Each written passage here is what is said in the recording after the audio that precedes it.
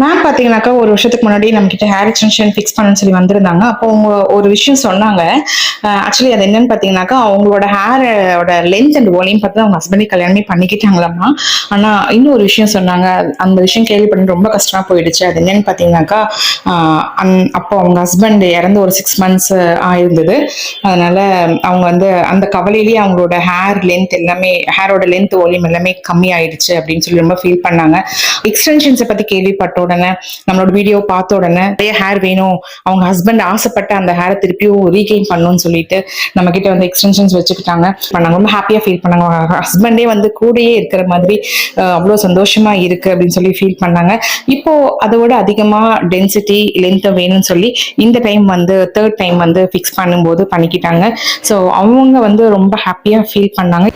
இவங்க லைஃப் எனக்கு ரொம்பவே இன்ஸ்பயர்டா இருந்ததுங்க.